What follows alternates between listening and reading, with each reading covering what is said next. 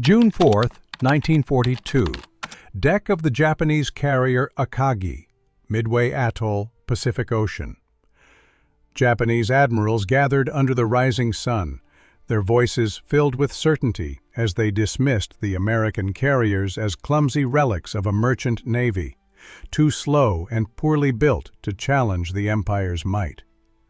They spoke of their own fleet as the embodiment of Bushido, the warrior code that had carried them from victory to victory, ready to unleash a divine wind upon the enemy.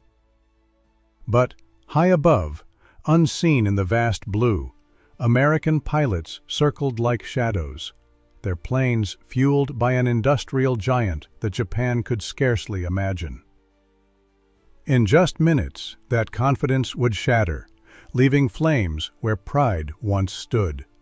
Admiral Chuichi Nagumo stood on the bridge of the Akagi, the salt wind whipping at his uniform as he scanned the horizon. The massive carrier, flagship of the Imperial Japanese Navy's first air fleet, hummed with purpose beneath his feet, her decks alive with the roar of engines and the sharp commands of crewmen preparing for the day's strike. Nagumo, a seasoned officer with a stern face etched by years of service, felt the weight of destiny in every step. He had led assaults across the Pacific, from the raid on Pearl Harbor that stunned the world just 6 months earlier, to the conquests in the Philippines and beyond. Now, at Midway, a tiny atoll ringed by coral reefs and captured American airfields, he aimed to draw out the remnants of the U.S. Pacific Fleet and crush it once and for all. Around him, his officers clustered over charts and reports, their faces lit by the glow of strategy lamps. Vice Admiral Chuichi Hara, a sharp-eyed tactician, pointed to intelligence summaries that painted the Americans as disorganized and under strength. "Their carriers are old designs," Hara said with a chuckle, echoing the Admiral's own thoughts.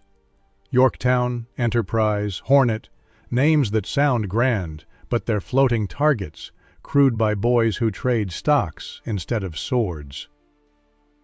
The group nodded, a ripple of laughter cutting through the tension. Japan had sunk 8 battleships at Pearl Harbor on December 7, 1941, a blow that should have crippled the nightfall. Simple as that, carriers were like floating airfields, launching planes to strike from afar without risking the ships in close combat. This doctrine had served Japan well, turning the ocean into their domain. In the radio room below decks, young Aiko Tanaka hunched over her equipment, her fingers steady on the dials, despite the knot of excitement in her chest. At 22, she was one of the few women in the fleet's communications team, trained in the auxiliary services to relay messages with precision. Her uniform, crisp and modest, bore the rising sun emblem she had pledged her life to. Aiko had grown up in Kyoto, listening to tales of imperial glory, her father a veteran of earlier wars who taught her that duty meant everything. Now, as static crackled from her headset, she tuned into scout reports confirming the plan. Bomb the Midway airstrips to lure the Americans out, then pounce. What Aiko didn't know, and what Nagumo's briefings glossed over, was the strain on their logistics. Japan produced fine aircraft, but only about 500 planes a month in 1942, while across the Pacific, American factories were ramping up to thousands. The admirals mocked those numbers as brute force, unworthy of true warriors. But deep down, Nagumo sensed the gamble. He pushed the thought aside, focusing on the orders he would issue soon. As the sun climbed higher, the fleet steamed toward position, the sea calm and inviting, promising victory. Aiko adjusted her earpiece, catching fragments of chatter from other ships. The air buzzed with anticipation, men sharing cigarettes and quiet jokes about the Yankee cowards who would scatter like leaves. She thought of her family, writing a mental letter to her mother about the glory they would bring home. Bushido taught surrender was unthinkable. Death in service was honor. Yet in quiet moments, Aiko wondered about the enemy. Stories painted them as greedy monsters, ready to ravage and destroy without mercy. If captured, what fate awaited a woman like her?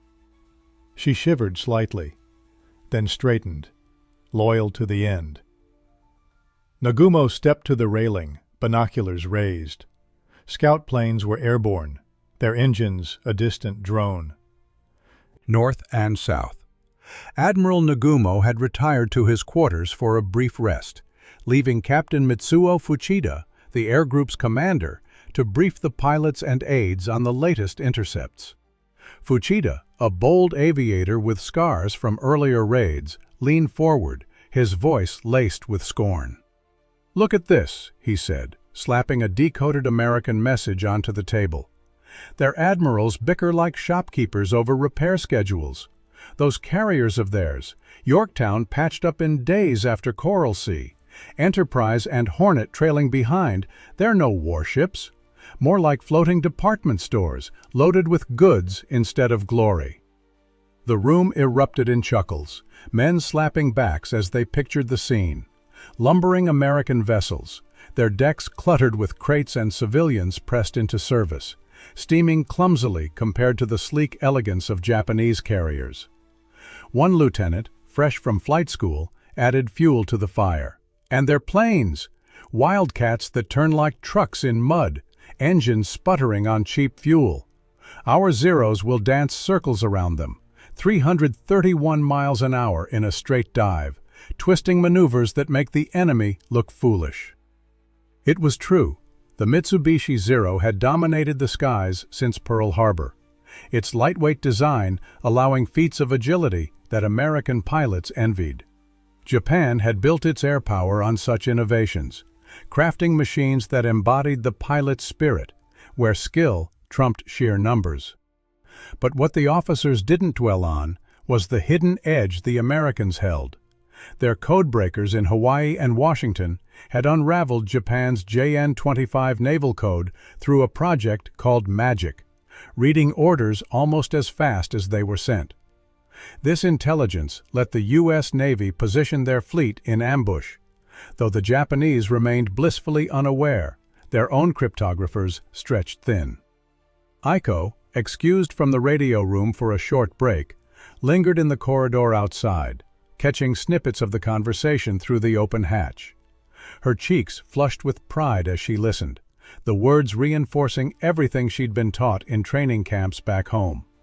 Women like her, serving in the Signals Corps, were the quiet backbone of the fleet, relaying orders without fanfare, their roles vital yet unseen.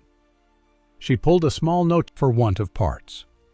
Yet that scarcity only hardened their resolve, turning deprivation into a badge of purity.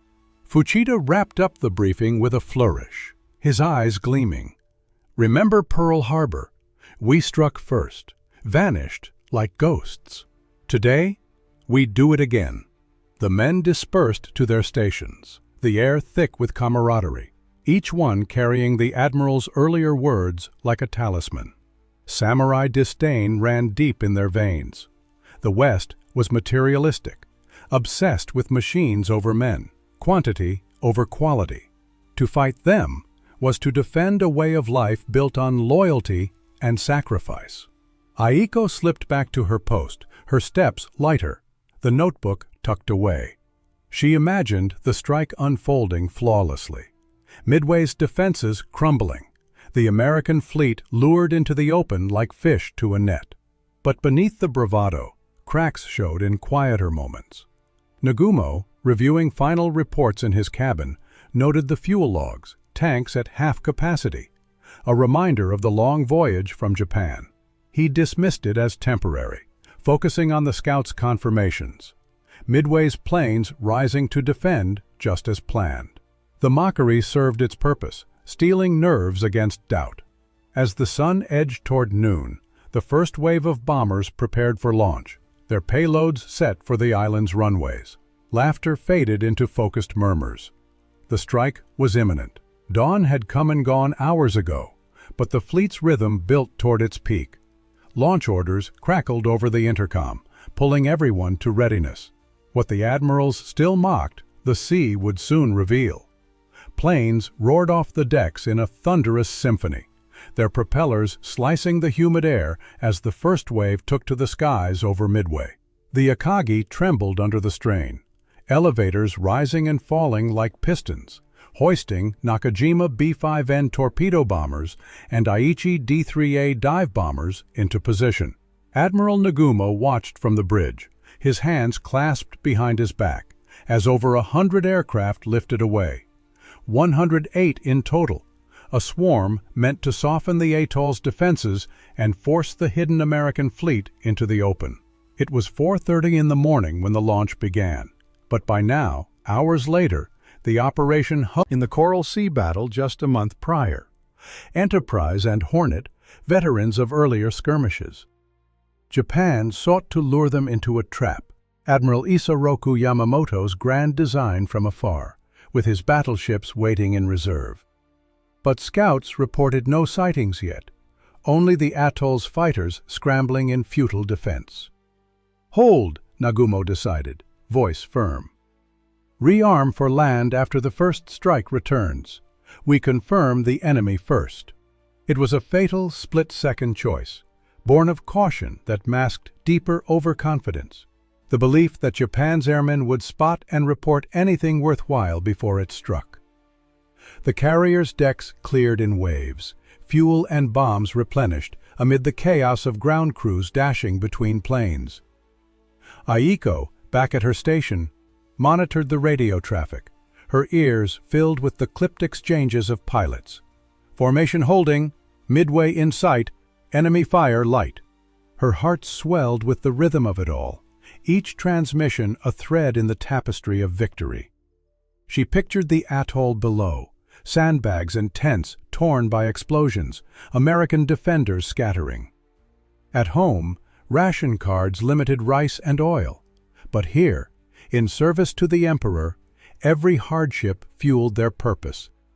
Bushido whispered that true warriors thrived on the edge, their spirits unbreakable. Aiko's fingers flew across her log, noting times and call signs, a small part of the machine that would rewrite the Pacific map.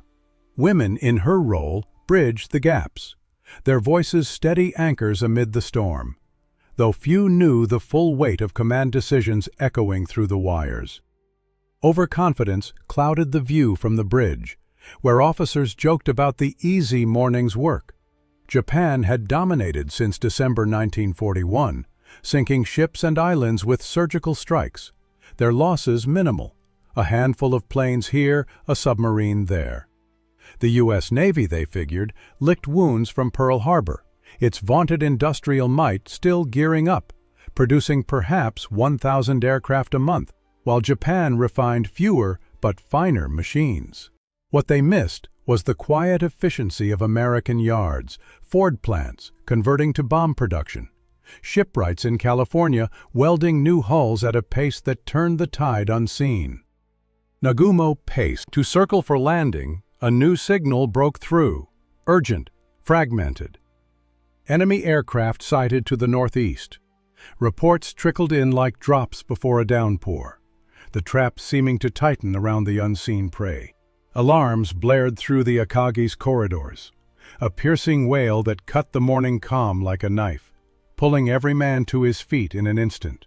From the bridge, lookouts shouted positions, enemy planes, high altitude, bearing northeast, as black specks materialized against the endless blue, growing from dots to deadly shapes in seconds. Admiral Nagumo snatched his binoculars, heart steady but pulse quickening, as the first reports confirmed the unthinkable.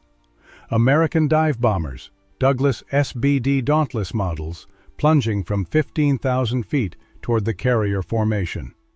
Japan's scout planes had missed them entirely, the U.S. fleet hidden behind a veil of luck and cunning, steaming undetected after codebreakers in Pearl Harbor pieced together the invasion plans days earlier. These weren't the lumbering fighters the officers had mocked. They were precision hunters, crews trained in relentless drills off Hawaii's shores, able to release bombs in tight spirals that no Zero could fully intercept. Chaos erupted on deck as anti-aircraft guns swiveled skyward, gunners cranking fuses and shouting ranges. The Akagi sisters maneuvered sharply, smoke pots belching to obscure their positions.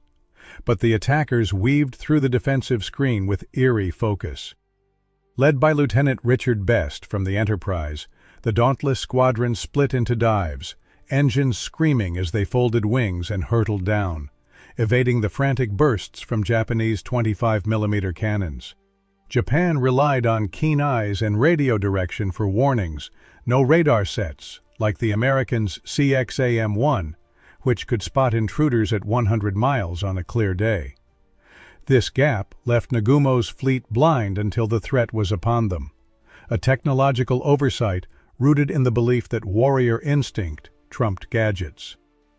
Planes from the first wave circled overhead, low on fuel and rearming below, their torpedoes still stowed away in the hangars. Nagumo's earlier decision now a ticking bomb of vulnerability. Aiko clutched her headset in the radio room. The alarms vibrate not just ships, but a net of unseen eyes. Explosions rocked the distant Kaga first, orange fireballs blooming on her flight deck as 1,000-pound bombs punched through wooden planking, igniting fueled aircraft in chains of blasts. Soryu followed seconds later, her AA fire shredding the air but missing the mark, a dive bomber slamming home amidships. Nagumo barked orders. "Full speed! Turn into the wind!" The carrier heeling as she dodged, but the damage mounted. Crewmen on deck scrambled, hoses whipping to fight sparks, faces smeared with oil and fear. The mockery of hours ago felt distant, a cruel joke against this storm from the clouds. Simple as it was, dive bombing meant releasing from a steep angle for accuracy, a tactic honed by U.S. Navy flyers in mock battles that prepared them for exactly this chaos. Aiko pressed closer to her console, the ship listing faintly as near misses sent sprays of seawater cascading over the rails. She thought of home, the quiet temples where such violence seemed impossible, and wondered if the divine wind would come now. But the specks kept diving, relentless, their shadows racing across the waves. Bombs fell closer.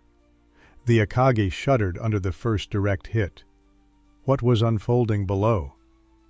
Fire erupted across the flight decks in a roar that drowned out the alarms, swallowing planes mid-rearm in waves of orange and black.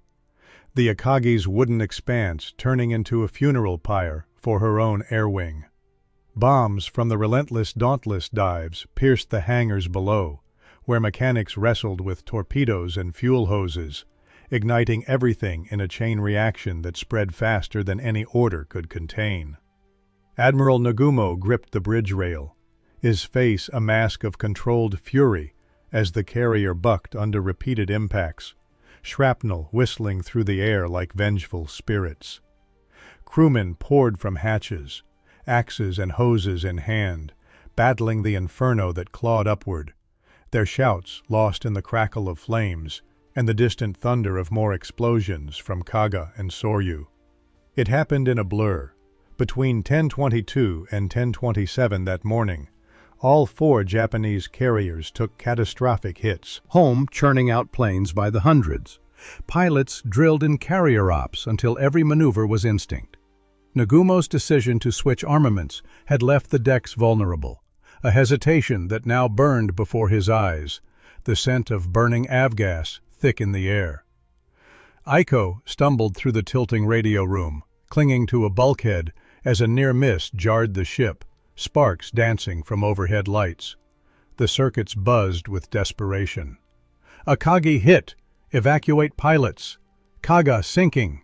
Her voice cracking as she forwarded calls, fingers numb on the keys. Pride that had filled her earlier now twisted into a knot of fear, the Bushido code she cherished feeling hollow against this onslaught. How could the Americans unleash such precision, wave after wave, when Japan's scouts had seen nothing? Whispers of scarcity haunted her thoughts. The fleet's fuel tanks strained, parts improvised, while stories from briefings painted the enemy as wasteful giants. Yet here was their strength, not in one perfect strike, but in endless reserves that allowed such risks. She whispered a prayer for her comrades, imagining the sea claiming them, and wondered if the Emperor's favor had turned. Nagumo turned from the viewport, ordering abandoned ship protocols as water surged below, the carrier's list growing steeper. Men leaped into the swells, life jackets blooming like flowers amid the debris, while damage teams fought on, their efforts futile against the blaze. The mockery of the Admirals rang false now, pride fracturing like the decks beneath them. America's abundance wasn't decadence, but a force that overwhelmed through sheer persistence. Simple as it seemed, the hits exposed the gap. Japan's elegant carriers, built for speed and skill, against U.S. designs backed by an industrial heart that replaced losses overnight. Smoke choked the air in thick pillars, rising like signals of defeat. Eyes turned to Hiryu, the last flicker of hope on the horizon. Hiryu, the last of the carrier quartet still afloat and fighting, surged forward through the haze, her decks a frenzy of launches, as Captain Tomeo Kaku ordered a desperate counterstrike against the American fleet. Planes clawed into the sky, Val dive bombers and Kate torpedo planes. Day's end, her elite pilots scattered or gone, while the Americans, with their deeper reserves, could absorb and replace. Nagumo's cutter bobbed amid the debris field, the Admiral's uniform sodden, and his face drawn as he coordinated via radio with the remnants of the fleet. Yamamoto's distant battleship force, meant as the hammer to Midway's anvil, now retreated without closing the trap, the grand strategy unraveling in hours. Japan's Navy had prided itself on offensive flair since Pearl Harbor, but this reversal exposed the fragility. Carriers without air cover were sitting ducks, their vaunted Zeros outnumbered and outmaneuvered in the broader fight. Back home, factories strained to match the U.S. output, America building one carrier a month by late 1942, its shipyards in places like Newport News welding hulls around the clock, a testament to the industrial might the Japanese had dismissed as soulless. Nagumo felt the first sting of doubt, Bushido's call to honor clashing with the reality of waves dotted with survivors, their cries a stark counterpoint to morning's boasts. Aiko, separated from her radio gear in the evacuation, waded through the Akagi's lower compartments before the order to abandon, helping haul wounded sailors to the rails amid acrid smoke and flickering lights. Her hands, once steady on dials, now pressed bandages to gashes and steadied trembling arms, the metallic tang of blood mixing with sweat. Bushido urged her to fight on, but the gods seemed silent, the divine wind absent as comrades gasped questions into the void. Why now, after so many wins? She supported a young pilot, his flight suit charred, who murmured of the Americans' endless plains, like locusts from a hidden hive. The pride she shared in the wardroom talks cracked further, whispers of scarcity turning to envy of the enemy's plenty. If Japan rationed every drop, how did they hurl such fury without pause? Aiko's mind raced to her family, the letters she might never send, and in that moment, loyalty teetered, fear of the unknown sea ahead. As the Hiryu's planes returned with reports of the Yorktown listing, a fragile hope flickered among the survivors. Shattered Japan's naval heart. All four carriers, Akagi, Kaga, Soryu, Hiryu, gone by sunset. Over 1,000 Japanese sailors and airmen dead or adrift, while Admiral Yamamoto's distant battleship group turned tail without firing a shot. the Midway gamble exposed as a fatal bluff. The U.S. Navy, too, mourned losses.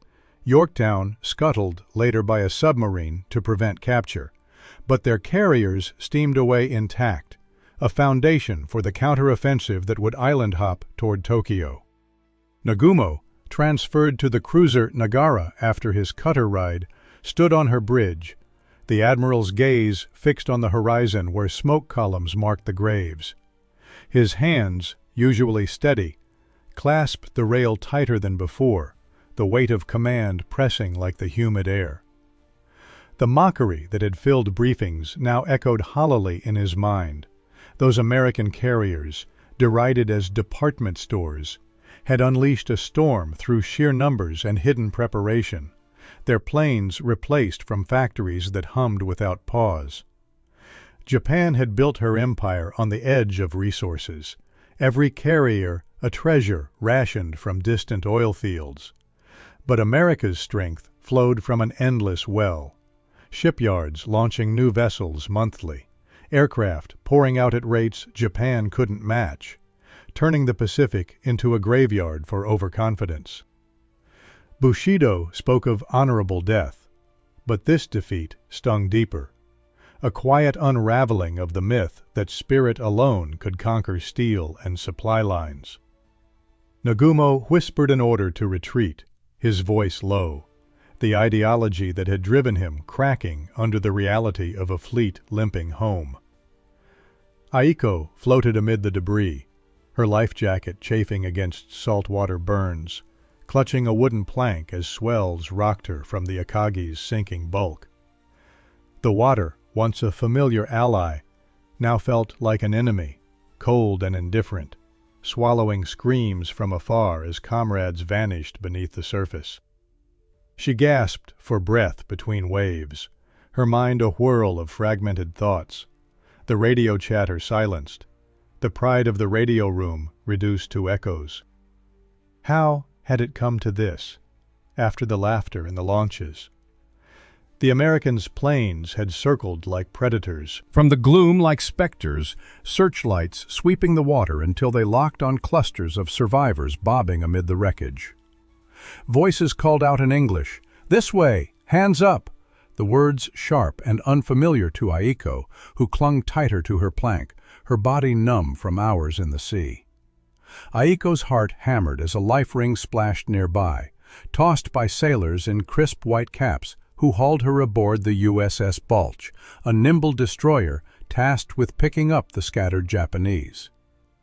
The Geneva Convention guided their actions, a set of rules signed long before the war that demanded humane treatment for prisoners, ensuring food, shelter, and medical care without reprisal, principles the U.S. Navy upheld even for foes from Pearl Harbor. Over 3,000 Japanese would end up in stateside camps that year, from dusty Arizona barracks to Texas compounds, where barbed wire separated them from freedom but not from basic dignity. Aiko collapsed on the deck, her uniform torn and crusted with salt, as two American sailors wrapped her in a blanket, their hands rough but careful, no malice in their eyes. She flinched at the first touch, curling into herself, memories of propaganda flooding back, the stories of Yankee savages who ravaged women in conquest, turning captives into playthings for their whims. Her breath came in shallow gasps, expecting rough hands, or worse, the Bushido warnings of dishonor in surrender, now a bitter echo in her mind. Instead, a medic approached with a canteen, offering fresh water that tasted clean and cool, not the brackish stuff from the Akagi's tanks. "Easy there," he said in halting Japanese, learned from phrase books, his voice steady, not mocking. Aiko took it hesitantly, sipping as her eyes darted, searching for the cruelty she'd been raised to fear. No blows came, no leers. They led her below to a small sickbay, where another sailor handed her a bar of chocolate, sweet, rich, wrapped in foil that crinkled like a promise of plenty she couldn't fathom. Nagumo, aboard the Nagara as it slipped away under cover of night, learned of the captures via fragmented radio. hundreds pulled from the sea, bound for American shores. His mind reeled at the reports. The admiral who had sat in the dim hold, the chocolate melting on her tongue as a nurse, a woman in uniform no less, checked her for injuries, offering clean bandages and a dry uniform without demand or shame. The fear lingered, a shadow in her chest, making her shrink from every footfall. But the gentleness chipped at it, whispering of a humanity unforeseen. Whispers among the captured spread below decks, tales of hot meals waiting, electric lights that banished night, small things that unraveled the tapestry of hate. In the hold, murmurs grew among the prisoners. Stories of this new world began to circulate. What fate awaited on solid ground?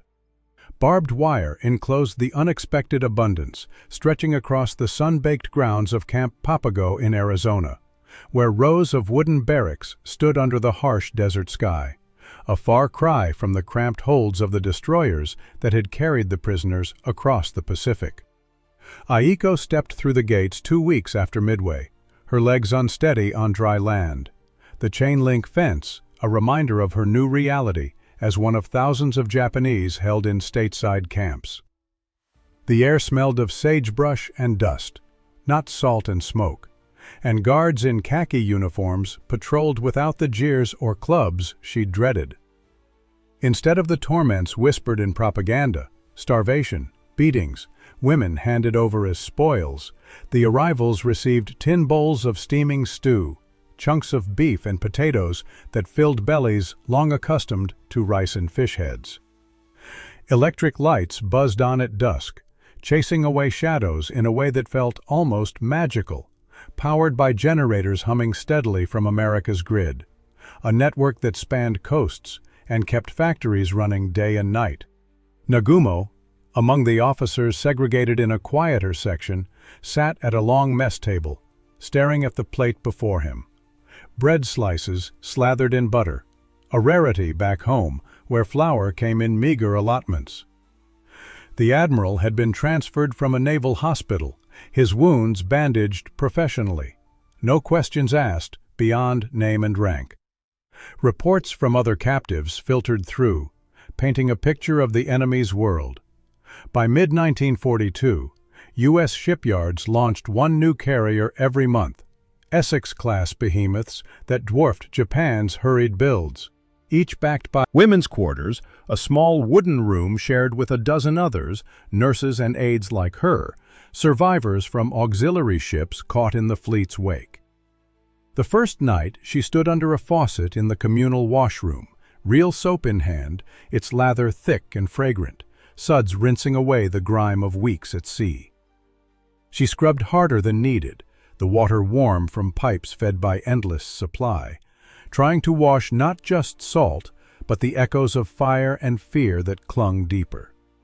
Flinching at a guard's distant shout, she recalled the medic's gentle touch on the destroyer, how it had startled her into stillness, expecting cruelty where care arrived. The trauma lingered in quiet tremors, making her avoid the men's lines at meals, her mind replaying shadows of what might have been if the myths held true. Yet this place offered no such horrors, just clean sheets and a doctor who checked her chart without judgment, humanity that chipped at the walls built by years of drilled hate. Bushido whispered of endurance in silence, but here, plenty bred questions. If the enemy provided so freely, what lies had shaped her world? Whispers spread at night, prisoners sharing scraps of news from Red Cross parcels, the abundance a daily confrontation that eroded samurai pride piece by piece. Letters home were forbidden, the censorship a final chain. In their absence, the truth settled like dust, undeniable and heavy. Months later, in the dusty Arizona camp, whispers turned to confessions under the relentless sun, where prisoners gathered in shaded corners, their faces etched with the weight of a war that raged on without them. It was late 1942 now, the Midway disaster a scar that refused to fade, as news trickled in through guarded letters and radio summaries. Japan reeling, her offensive stalled, islands falling one by one to American leaps across the Pacific. Admiral Nagumo, his uniform traded for a plain shirt, sat with a small circle of officers in the rec yard, the barbed wire a distant frame to their talk. "We mocked their carriers as toys," he admitted quietly, his voice low to evade the ears of translators. "But it was our eyes that were blind, not just to the planes. They built 300,000 chains." The gentle aid from American medics, checking pulses without demand, contrasted the shadows she carried, making her withdraw into silence during meals, hands trembling at sudden voices. She confessed in fragments to a trusted companion one evening, the words halting, "I expected monsters, not men with soap and questions about our health. The fire took our ships, but this place, it takes the lies we lived by." The trauma echoed in her isolation, a quiet refusal to join the lines where men patrolled, the unexpected decency a mirror that reflected back the fragility of Bushido's absolutes. Honor in defeat, perhaps, but shattered by the realization that the enemy's strength lay in humanity, not just machines. Nagumo nodded to his circle, the group's murmurs agreeing in subdued tones. Ideology's fall came not in explosions, but in these small truths. The chocolate bars that symbolized plenty without conquest, the electric hum that lit paths forward, forcing a reckoning with a world where spirit alone couldn't outrun the steady march of supply. Pride yielded, slow and painful, to the reality of a remade Pacific, where women like Aiko faced the war's ghosts not in battle, but in the mirror of care that healed without conquest. The war dragged on beyond the fences, battles flaring in distant jungles. But for these captives, the true defeat had already settled in the dust. As the desert winds howled through the camp's perimeter in early 1943, the prisoners' confessions deepened into a shared reckoning, their gatherings shifting from hushed circles to open debates under the floodlights, where the weight of Midway's ghosts pressed harder than the Arizona heat. Nagumo, now a shadow of the admiral who'd paced the Akagi's bridge, addressed a larger group one evening, his voice carrying over the scrape of chairs on concrete. "We lost 4 carriers in 5 minutes, but the true sinking began in our minds, believing their steel was weak because our spirits were strong." The numbers haunted him still. By war's end, America would produce 300,000 aircraft, dwarfing Japan's 76,000, its Essex-class carriers multiplying like the endless rations in the mess hall, each one a product of assembly lines in Detroit and Seattle that shared haltingly, her voice barely above the wind, but they mended without taking, offered light in the dark we made for ourselves. The psychological shatter peaked here, in the realization that trauma's shadows, flinches at footsteps, nights spent scrubbing invisible stains, weren't born of Yankee cruelty, but of the lies that prepared her for monsters where men stood. Women like her, auxiliaries caught in the machine, faced the war's core not in flames, but in this forced intimacy with the other, where unexpected humanity eroded the ideology brick by brick. Japan's divine mission against a foe painted demonic, undone by decency that demanded no conversion, just survival. Nagumo ended the talk with a nod, the circle breaking as guards called "lights out." But the air hummed with unspoken shifts, pride's remnants yielding to a broader truth, where defeat wasn't just Midway's 5 minutes, but years of blindness to a world remade by will and wealth. Samurai ghosts whispered no more. In their place, questions lingered, pulling at the threads of what once seemed eternal. In the quiet of defeat, Nagumo and Aiko saw the war's true cost. Not just ships lost to flames, but illusions sunk in the steady current of a stronger way. America's power lay in the hum of its factories and the decency of its people, forcing a slow awakening to a Pacific forever changed, where honor found new shapes in surrender's light. If these echoes of history stir something in you, Consider subscribing for more stories from the shadows of the past.